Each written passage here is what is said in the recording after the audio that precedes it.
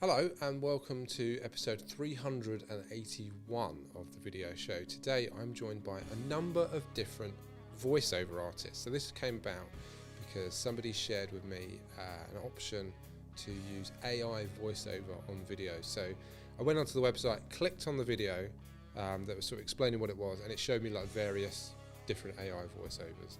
And my immediate thought was, I can kind of tell that it's an AI voiceover. Like, it doesn't sound as good a quality as a human would be doing in terms of voiceover. So I wanted to know from actual voiceover people, voiceover artists I think they call themselves, what they felt about AI, if they were worried about it, if they were going to use it as a tool, and where they see it going in the next few years. I think this is a subject I can cover with a lot of different professions, so I'll be doing one definitely on video in the coming weeks or months. But today's guests, so we've got Martin Wiskin, Simon Wells, Sean Anthony and Victoria Riley joining me on today's episode. It's more guests than we've ever had in one episode.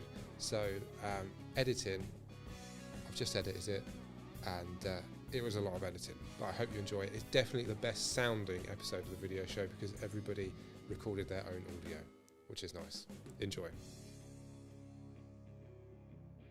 If I can get, this is the first time I've got multiple people on the video show, so thank you very much for coming along, everyone. So let's go through. Everybody, tell us what you do. So Simon, kick us off. Hello, my name's Simon and I'm a voiceover artist. Hello, my name is Martin and I'm a voiceover artist. And I'm Victoria Riley and I am also a voiceover artist. Oh, and there's me thinking I'm being unique. I'm Sean Anthony and I'm a voiceover artist too. So this wasn't by accident at all. Today's episode, we're going to be talking about voiceovers and the rise of the AI voiceover. So I'm just going to throw this into the conversation like a grenade. How does everybody feel about AI voiceovers? If we just sort of, I'm going to chuck it in and just see what comes out. So Concerned. Yeah.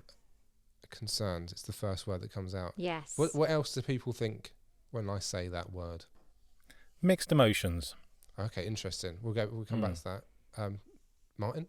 Yeah, I'm undecided at the moment. So we're getting it's a proper spectrum. And then Sean. Yeah. I'm similar to Martin at the moment. It's there's a lot going on, and well, especially with time frames of how far AI has come in the last 6 months alone. So yeah, it's definitely an interesting subject to talk about. Cool. Okay. So the reason I wanted to do this episode was because somebody messaged me saying you could use this for your voiceovers, and it was just I clicked on the link and it was like an AI generator for voiceovers. And when I heard the examples, my first thought was it sounds like a person, but it sounds like a person who's recorded it on a bit of a crap microphone. So there was like little bits to the voice where I was like, it sounds a bit rubbish. So I thought it'd be good to talk to you guys about like how you feel about it and where you see it going. Because at the moment I probably wouldn't use an AI voiceover purely because I think that somebody who is an actual voiceover artist, you'd be able to direct them better, you'd be able to get exactly what you want. So if you wanted amendments, if you wanted them to say a word in a slightly different way, it's a lot easier to put that across to an actual person than to an AI, where I think you'd be sort of fiddling a little bit with the AI. But with a voiceover artist, you can get a performance, for want of a better word, and direct that. So Victoria, just tell me why you felt concerned about it. Mainly because at the moment it is very unregulated, and there are several instances where people's voices have been effectively stolen to be used for projects without their knowledge. So, for instance, Bev Standing, I don't know whether you've heard of Bev Standing, but she recorded a voiceover which was intended for Chinese translations several years ago. And then somehow her voice ended up being used as the voice for TikTok, completely unbeknown to her. Somebody told her, "Hey, this sounds like you." And that it's unregulated. You can put your voice out there, and somebody can take it and manufacture a version of your voice, and you can do very little about it.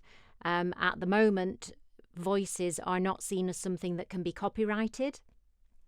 So just to give you a sort of similar example, if you want Kate Moss to advertise your product, you have to pay Kate Moss because her face it's her product. We know that it's her face, and you can't use it without her say so.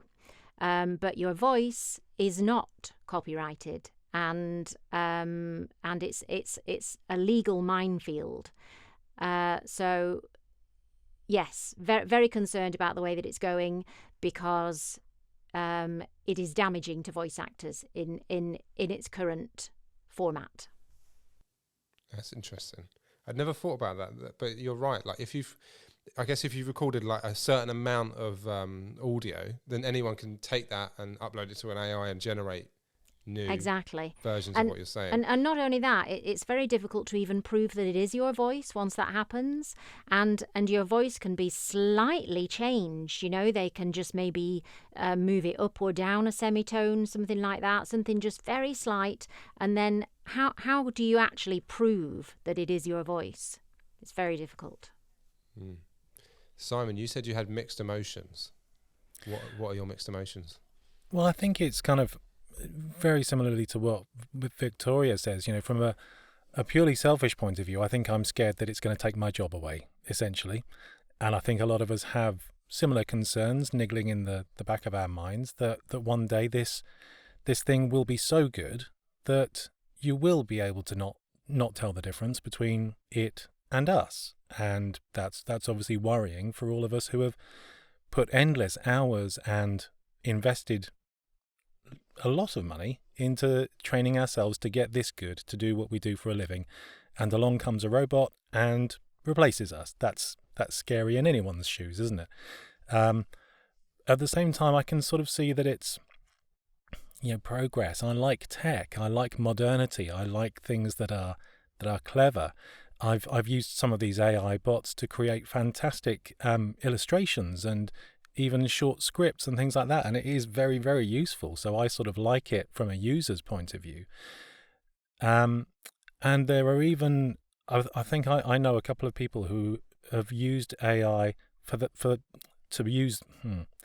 to further their voice. So people have read endless scripts into an AI machine and will sell their AI voice to people, rather than having to read a script themselves. So it'll still be their voice, it'll still be their product, they've still put in the hours, and, that's just another example of progress, I guess. But it's kind of, it comes hand in hand, doesn't it? Progress is there, it's inevitable, it's going to happen one way or another, and some of it is quite exciting, but also some of it is quite terrifying. Oh yeah, hence, I get that. Yeah. Hence mixed emotions. Yeah, I feel the same way. Like I look at video stuff, and I think video's a bit behind where like voice is at the moment. So I think that like in like 5-10 years, video people will be able to make a video pretty easily with using AI, and I don't think voice is. I think voice is. We're closer to having that with voice. You mentioned as well what like you've been through like training and stuff like that to get this good and to get this to your job. What kind of stuff do you have to do to become a voiceover artist? Because I know that people watching this, they might not necessarily realise that you've had to do stuff. Yeah. Or training or something. There are multiple avenues down, into this space, but there are vocal coaches you can get. There's endless webinars and training sessions. It's not just, hey, here's a script, read it and off you go. There's a lot of training how to get your voice to sound good. There's a lot of training in how to breathe properly, how to maintain your voice so that it doesn't get wrecked after X number of hours of speaking. We've all invested time and money into creating these little acoustic studios that we're sitting in here. There's training in terms of how do we run a business. We're all freelancers here. We all run a business and all of the stuff that goes with that. it has involved an awful lot of training to get to this point. Sorry to interrupt. I was just going to say there's the go ahead. technical side of it as well. Yeah. Because we don't just record our voices and send the recording off. We also process the audio. We edit it. Yep. And a lot of us are trained actors as well. Mm-hmm. Yeah. So we are the voices, but we're also our own directors, producers, editors. We are our own everything. It's sort of it's a whole bundle. When you hire a voiceover artist, you're getting several roles in one. And then there's like different types of voices I guess you can do as well. So people do accents and stuff like that, or like there's stuff you can do with your voice to make it sound totally different to your actual voice. Yeah. That people probably wouldn't appreciate that have never tried it. For character work, yeah, definitely. A lot of that. And then Martin and Sean as well, you were towards like the warmer end of the spectrum in terms of like this argument. Can you explain why that is and like how you feel about it? I wouldn't say warm. I'm still there's probably a bit of concern in there. I'm still unsold on, I think, how much work it will take away from people. So if you think someone, let's take Mark as an example. He was shown a piece of software. You can get this software quite cheaply, some of them. Are those people who will take up that software for at the moment inferior product, are they ever going to pay full price for a voiceover? Yeah, so the people that will use the AI voices, my thought is that would they have ever have paid our full rates anyway? So are we losing those people? We're never going to convert them because they don't want to pay. So that's why I'm still unsure as to how much work we're going to lose. Will it get rid of all the very low-priced voiceover artists out there? But would it encourage people who would not necessarily be in that category of wanting a low-price voice? Would it encourage them to go down that route? So previously they may have been prepared to pay a voice actor. Once you have this sort of bargain bin of AI voices available, would they then defect and go to those? It could be used as a tool. So whereas you'd get the cheaper voiceovers before to do maybe not the main advert or the final project, but it would be for the proof of concept where you'd get the cheaper voiceover. They'd probably then use the AI voiceover as a placeholder, as it were. Excuse me. Just for the time being, so they then know what kind of voiceover they want at the end.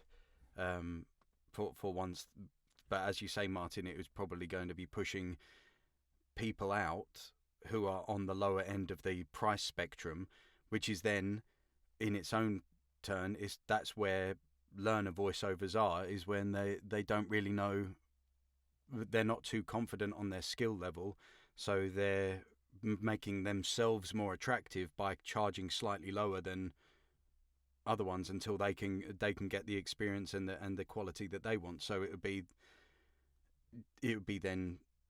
would it be putting up a brick wall to people trying to get into the industry again, which having the internet here enabled people to do for the last 10 years or so.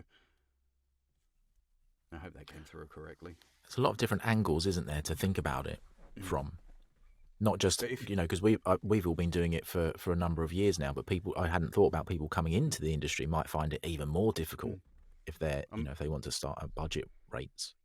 Because that's how I started. I started on Fiverr just to, I saw you, the wince there, Victoria.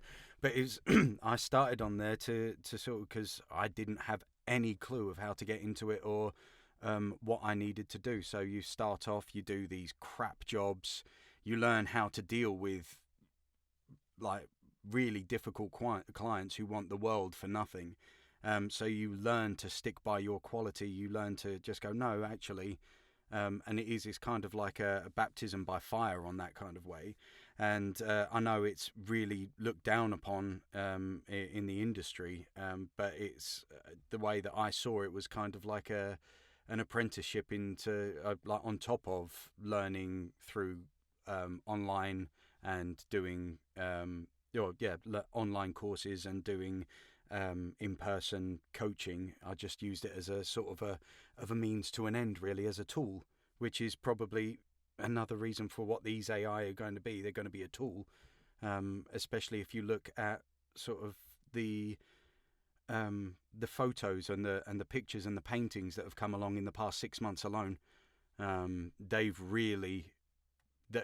soared, and I think it's going to be the same for voices, and then it's going to, as you say, Mark, it's going to be for video as well. So it's one of those things that's going to be, unfortunately, it's not going to go away. So it's something that we're going to have to either learn to deal with or to learn to utilize. And I think if it's an ability to work with instead of clash, I think it would be a smoother. But then there's always going to be people that want to take advantage of it. I think it's interesting as well how it's moving forward in terms of how it can actually be used. Just from the point of view of the voice buyer, there are a lot of concerns for the listener and whether or not a listener actually wants to hear an AI voice. And how good the voice can be. So, yes, technology is progressing to the extent that some of these voices are very good. Some of them are absolutely terrible, but some of them are very good. And obviously, different companies have different technology. So there's a sort of there's a real variety out there in terms of the quality that you can get. But there's actually there's a phenomenon that's called the uncanny valley, which is where a voice sounds real, but the human brain knows that it isn't real. There's something that's just slightly off kilter. Maybe in the way that they react, or just the sort of prosody of the voice. There's something that is synthetic, and the listener feels very unsettled by that. And it's sometimes the case that they don't even know why they're unsettled. They're just not quite sure what's wrong, but there's something wrong. So voice buyers need to be aware of this as well, because not all listeners will want to hear an AI voice. And there are trust issues as well. So if you have an AI voice, for instance, on your telephony system, say it's in a doctor's office, and a person phones up, they think that they're talking to a human, they're divulging information, then during the course of the conversation, it's not a conversation, obviously one's a robot, they become aware that it's not a real person with whom they're interacting. And this causes a real trust issue with them. People don't want that. You don't want to feel like you're talking to a human and then realise you're actually not. So the buyers need to be very aware of the limitations there as well. That's one of the huge parts for me, is like the human connection. So going to what Victoria was saying about the listener there's something in a commercial, for example, that doesn't feel right. The listener or the audience might not realise what it is that isn't right, but it will affect them or not affect them in the right way. So they'll look at that or see that advert and they won't be sold on that product, but they just won't know why. So it's not, because of the human element isn't there. It could be detrimental in the long run. It's a sort of cognitive dissonance that happens where you're just not quite sure what's wrong, but there's something that's wrong. That sounded much better than I put it. It is on the old FMV sequences on PS1 games or even PS2 games, where you're watching them and you can see all the they're trying to do it as lifelike as possible, and it just looks weird, like Final Fantasy Advent Children, if anyone's seen that. You're watching that, and they've even they did mocap, and they did on Sandra That was Bullock the first mocap film, Banner. wasn't it? Yeah, and you could see it, but then there is just death behind those eyes. You're just looking, you're watching it, and you're like, those things are not real. I mean, there is no soul.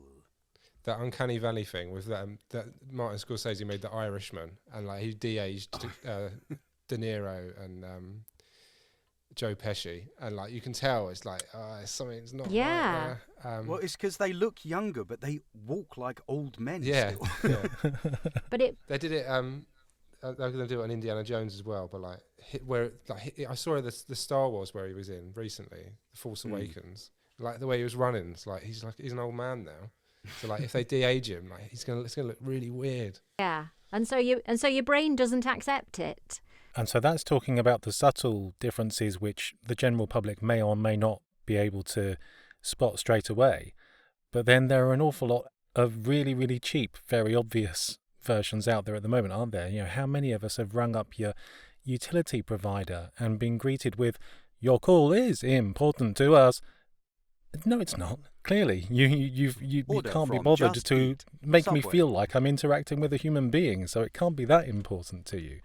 So, you know, it is the cheap option. I understand that. You know, I don't know how much it costs to run an AI to do a script, but I understand it could be perceived as being cheaper, easier, more convenient. But if there's a person on the other end of whatever that service is, be it a phone, be it I sat through an e-learning course which had beautiful graphics and wonderful content, but you could just hear that it was a robot instructing you how to do things. And I couldn't concentrate on the material because I was sitting there thinking, this is really bad. This sounds terrible. And that's a reflection on the company that's providing this training for me. It just doesn't feel like they're taking an interest in me or the service they claim to be providing. That's really interesting, I think. Someone mentioned, yes, Sean, you mentioned Fiverr earlier. I'd be interested to know, how do you all feel about Fiverr and the voiceovers on Fiverr? Because I'm going somewhere with this. Well, yeah, you get what you pay for, and there are I started out on Fiverr with a pillow fort made from my couch cushions and a webcam microphone, but from that I've now got an actual proper booth and professional grade microphone, and I've been able to do this full time for 5 years. But there are people who are happy to just do, I don't know, 250 words for $5 all day, every day. So there's that, but I suppose it's sort of the ambition. If you've got the ambition that you want to do this and you want to do it properly, then you will grow yourself. Whereas if people just want to make a quick buck, and you see them everywhere on TikTok, on Facebook, on everywhere, is that you can do this, earn $400 a day, just doing this. And you're like, well, no, like if you think about it properly, you can't. But some people will, and they'll just try their best to, and as I say, you get what you pay for. It sounds rushed. There isn't the quality there, but you also do get there. I mean, Fiverr now has the Pro platform, and where they do push professionals, and there are big names on Fiverr as well who just use it as it is kind of like an off-the-shelf option that you can put on your website. Is okay. So if you want, like, say how many words, where is it being shown? And then you can put all that in there, and then you can put a proper price in there, which is competitive in terms of industry rates, instead of just being cheap as chips. Can I just ask why we're talking about this? Because I'm starting to feel like we're in a Fiverr commercial. All right, sorry about that. Not you, Sean. Just the discussion in general. I'm just not sure where we're going with it. I'd be interested to know, where do you get your business from? So I want to look at both ends of the spectrum. So the Fiverr end, and then how do you generate your business? A lot of email marketing, referrals, social media. I mean, I sit all day, every day, and do marketing. And you start out, you probably start out doing 100% marketing, day after day, like a full-time job.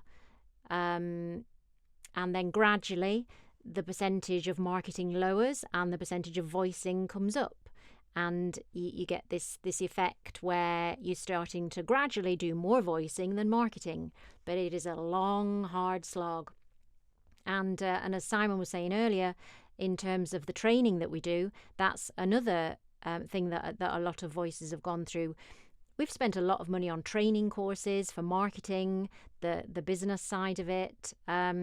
So yeah, we're not just sitting reading words off a bit of paper into a microphone. We're running a business, and it's everything that goes into that.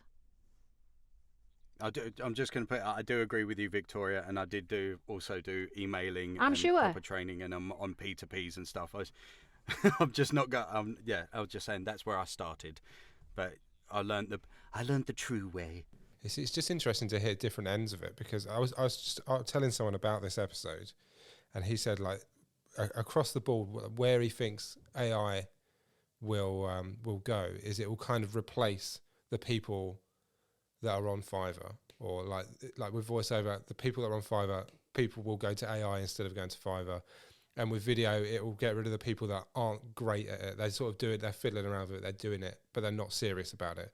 And then with like copywriting, people will who don't want to pay very much or anything, they'll just go to like Chat GPT or something like that to get stuff done. Whereas people that want something and appreciate that it's a craft and it's like work's gone into it, and like Simon was saying, like certain amount of training, and you've put a lot into your equipment and a lot into like the processing of everything. The people that want to pay will continue to pay because they want to work with real people, and they want to, like, this has come up in this conversation a few times now, but like that you have that human connection with people, and you want to show that your business sort of appreciates that, and that sort of reflects on your business as well.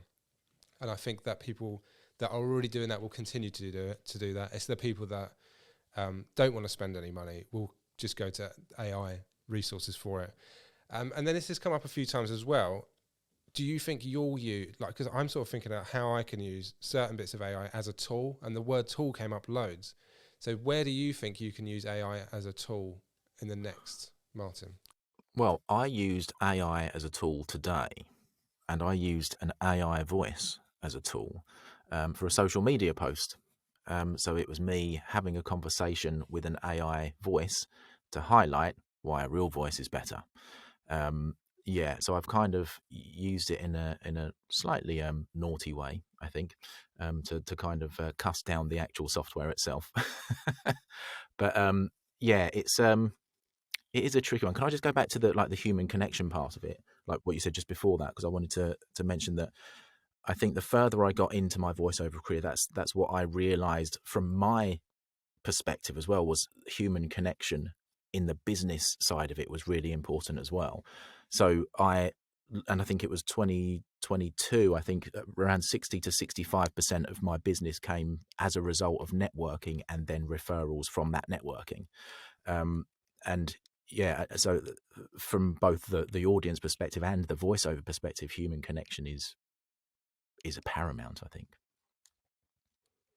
I guess it depends largely on the job, though, doesn't it? Because it's there are huge extremes, aren't there, between the source I keep on coming back to is the answer machine, because that's where most of us hear AI more frequently, isn't it?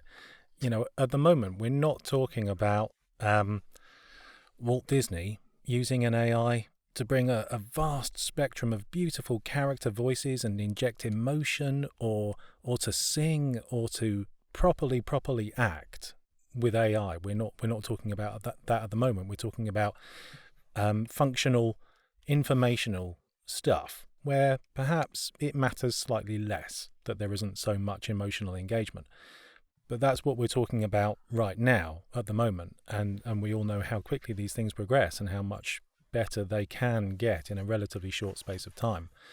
So it's it's hard to project our feelings towards the industry, the situation right now. It's hard to project that into another 2 years, 5, 10, 15 years.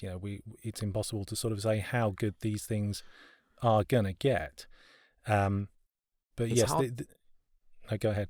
So it's hard to imagine an AI voice now, or even within the next couple of years, to go to a real performance piece, a dramatic, emotional piece that starts off really, really low down and soft, and then they get even more emotional, and it can turn into anger, and then they're laughing, and goes all through the emotions. How could you put that into a generator now?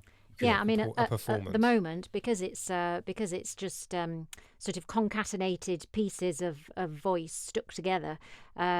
If the AI voice has been, if the phrases that have been read to piece it together have been read in a sad way, then what comes out is a sad voice. But you can't have a paragraph which, as Martin says, starts off in one emotion and then progresses through different ones. You know, it's not, it isn't a performance. It is some words being read. And then even with something like a radio advert, as it were, if you're given copy and it is too much to fit into that time frame, you can interpret it. You can then change it, or like work with the end user to try and get it to fit into that 30-second. Whereas an AI will just blurt it out, and then if you need to, they'll try and speed it up. And then we've all heard where it's just been sped up to the point where it's just, it sort of pulls that human into the uncanny valley, because it is. What happens when the director wants 3 alternative takes as well? You won't get that with an AI at the minute. Yeah. It'll just all be 3 exactly the same. Yeah. There's lots of things I think that people don't realise that happens within the scope of a voiceover job that can't be done yet. Yeah, and I think people from outside of that have never used voiceover or have used it a couple of times, they wouldn't appreciate like the subtleness of like performances or something like that.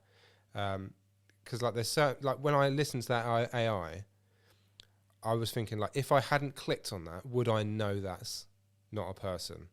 And I just thought it sounds like a person, but there's something about it. Like Victoria was saying, there's something about it that's not quite right.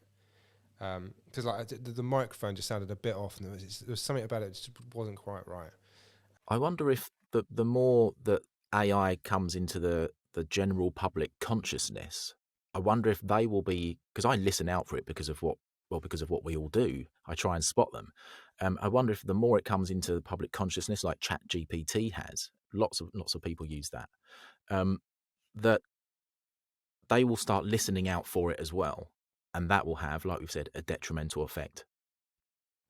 Because I already do. It will reflect on that business.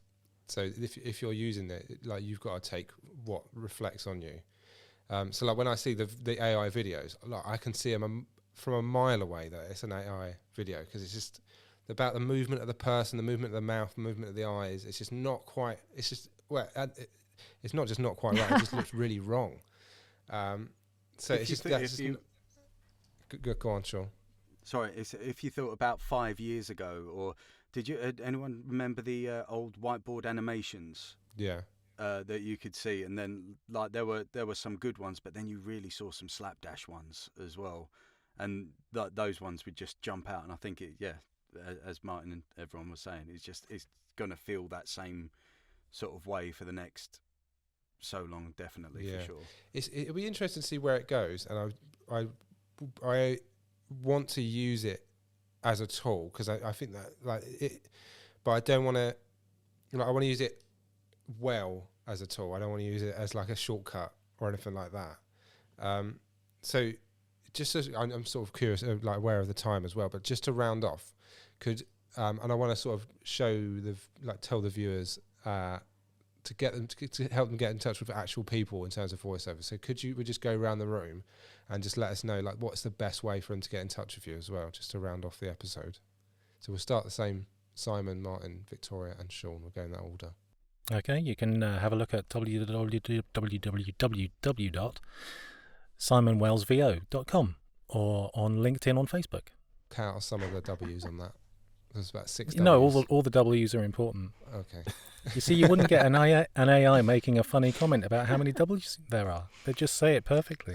Yeah. Mine is probably LinkedIn, I think. So it's just Martin Wiskin. I think I'm the only Martin Wiskin in the world. And you can find me on LinkedIn as well, Victoria Riley, or my website is voiceovervic.co.uk. That also has some W's at the beginning. And my website is seannantinivo.com. on LinkedIn or on TikTok as well as Sean Anthony VO. Cool. Well, thank you everyone for coming on to the show. I really appreciate it. It's been a really interesting conversation. I'll try and do some more of these with more people, I think. Yeah. And Martin, could you share that video with me as well? I can. Yeah. Well, I'll just find it and share it. But yeah, it'd be interesting to watch that. Cool. Yes, of course. Thanks, mate. Well, that's it for Excellent. this one. I'll do a little outro as well for the episode. But Thank you thank for you having everyone us. for coming on. I will stop No recording. worries. Thank you. So that's it for episode 381 of the video show. I really hope you enjoyed it. I think it was a really interesting conversation to get into the future of a profession and talk to people about how they see it moving along in the next few years, how they would be using it, and how they feel about it at the moment. I feel that there's quite a negative view about AI from people that are a little bit worried about it taking over their jobs, but on the same hand, I think that they can also see that they might be able to use that as a tool to speed up their process. So it'll be interesting to see where it goes. So thank you as well for everybody who came onto the show. So Martin, Victoria, Sean and Simon, thanks for coming on. We'll be talking next week about TikTok with Laura Budd next week. We've got some really good episodes coming up in the next few weeks that I pre-recorded, because right now I'm on top of things making these episodes. So I hope you enjoyed this one. I'll see you next week in the next one. Bye.